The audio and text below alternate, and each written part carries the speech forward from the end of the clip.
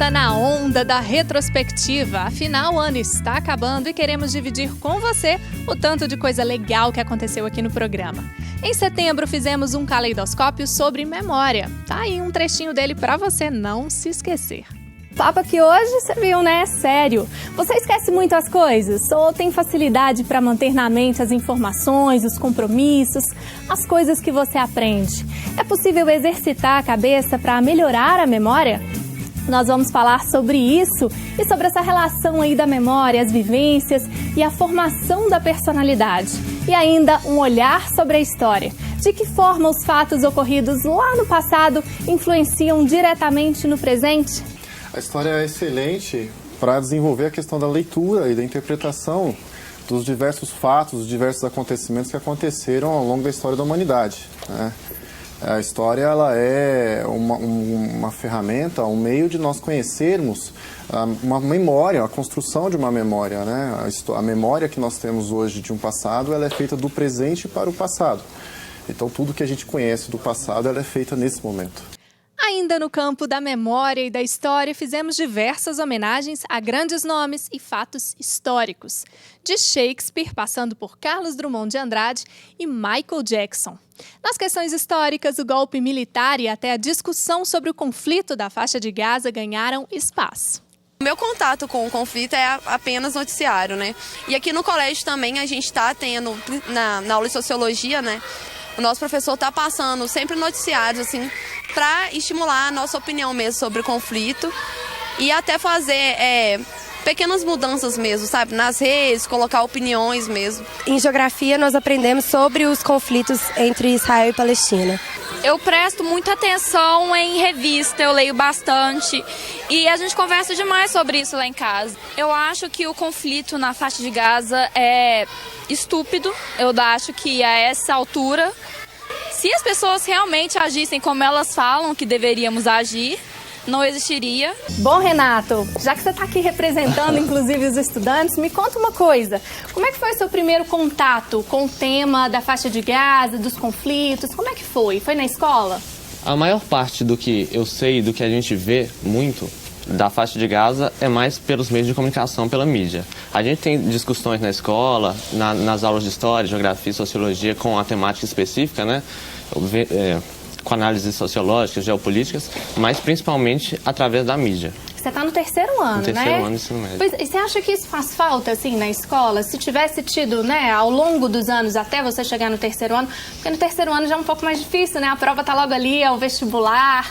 Como é que você acha, assim, essa preparação, ela pode ser melhor? Eu acho que deve ser melhor. Eu acho que o aluno tem que ser preparado, e eu acho que isso é cultural do povo brasileiro, do ensino brasileiro, de ser preparado apenas para uma prova, né? Então a gente é moldado para fazer uma prova, para fazer um vestibular, e a gente tem que ter um senso, principalmente nós que somos mais jovens, político mundial mesmo. A gente tem que estar a par do que está acontecendo no mundo. E eu acho que isso falta no nosso país, falta no estudante. Não necessariamente para fazer uma prova, né? Não exatamente para uma prova, para passar no concurso, para passar no vestibular, mas para levar para a vida mesmo. Olá pessoal do Caleidoscópio, meu nome é Richard Fust, eu estou aqui no meu celular em Jerusalém, estamos no Oriente Médio, mas a tecnologia aqui é um pouco de...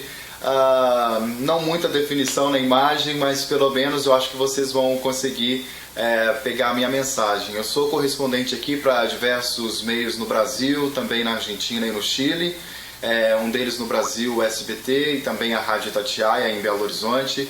E estou muito orgulhoso de falar com vocês aí do Caleidoscópio, aqui direto de Jerusalém, pleno Oriente Médio, após uma guerra que devastou a faixa de Gaza e também ainda provoca muita tensão na gente aqui em Jerusalém. Eu acho que era certo o golpe militar, porque todo mundo tem que ter o direito de escolha. Eu não sabia o que era o golpe de 64, até minha professora falar uma vez. Bom, eu achei esse negócio horrível, né? Que os militares tomarem o poder do Brasil. Não tem condições. O povo brasileiro tem direito de falar o que quer falar. Sempre se falou muito do golpe militar, mas hoje começa a se falar dos 50 anos do golpe civil e militar. Por que essa diferença? Não é? Você que está ligado conosco. Não é? Os meninos falaram aí com relação aos militares.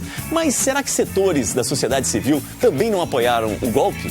Você que está ligado conosco sabe que os militares iam fazer uma intervenção e depois retomaria a democracia, vamos dizer assim. E essa intervenção durou 20 anos e a gente paga por isso até hoje. Você é estudante de jornalismo. Isso. E o jornalismo na época foi censurado. Rádio, TV, jornal e tal. Como é que você vê isso hoje? É difícil até da gente imaginar isso. Então, acho que em Minas é um pouquinho mais fácil, né? Acho que a gente que é da comunicação sabe por quê, né?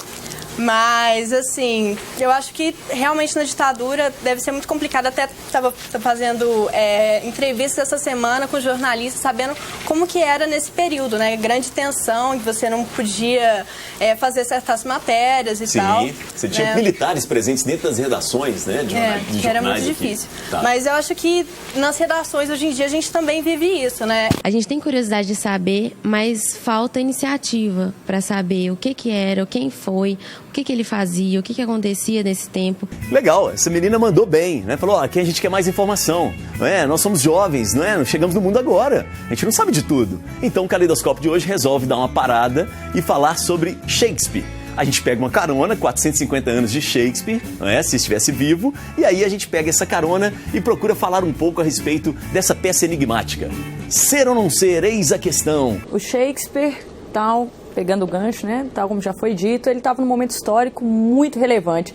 E um desses momentos, né, o que marca, são as monarquias nacionais. Ele foi fundamental para a manutenção da língua inglesa como a língua daquele povo. Exatamente. Olha só. A popularização da língua inglesa contra o latim, né? Ia favorecer essa língua inglesa. Então, isso, identidade nacional, assim, formação então, isso Estado. Já é fundamental. Mas aí um jovem de 20 e poucos anos, né, com outros jovens, se interessa por levar Shakespeare para as escolas. Por quê? Sim. O projeto Shakespeare nas escolas nasceu na necessidade de dinamizar o ensino público. Infelizmente, há uma deficiência no ensino público que não separa o ensino da literatura, da gramática. Então, é tudo misturado, português, literatura e gramática. Daí não é só do ensino público não, viu? É do ensino em geral. Ensino em geral. Isso. Aí surgiu a ideia do projeto Shakespeare nas escolas, que visa dinamizar o ensino e trabalhar com teatro. E daí desse projeto nasceu o jogo Shakespeare's Life, que é um jogo lúdico-pedagógico em que o aluno aprende brincando. A literatura, ela não pode ser reduzida a isso, ela não pode ser reduzida a conceitos básicos, conceitos pré-concebidos e concebidos do que é a literatura, do estilo de época pelo próprio estilo de época. O texto literário é muito mais. Podemos dizer, inclusive, que Carlos Drummond de Andrade foi um dos expoentes, né, do nosso modernismo brasileiro. Por que ele teve tanta importância nesse movimento? Por que ele é um poeta tão importante até nos dias de hoje? Nós podemos dizer que ele foi aquele que fez uma viagem pelo século XX.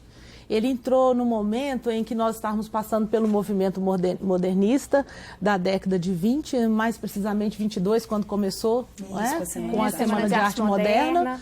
E aí ele encontrou aqui em Belo Horizonte, podemos dizer que ele encontrou um grupo de pessoas intelectuais que estavam ligados à literatura.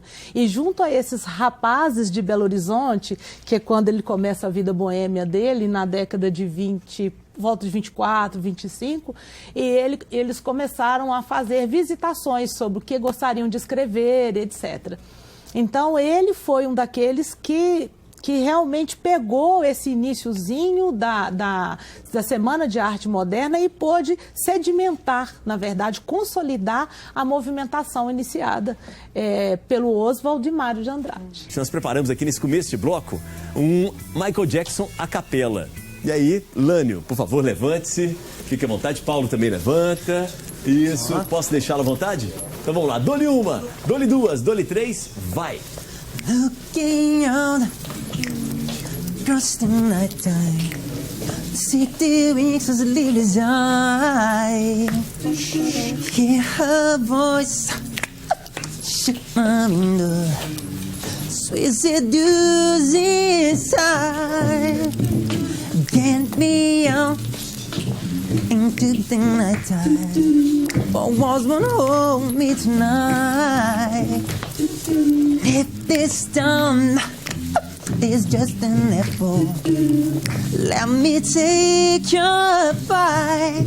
If they say why, tell them that is human nature. Why does it do me that way? If they say why, tell them that is human nature. Why does it do me that way?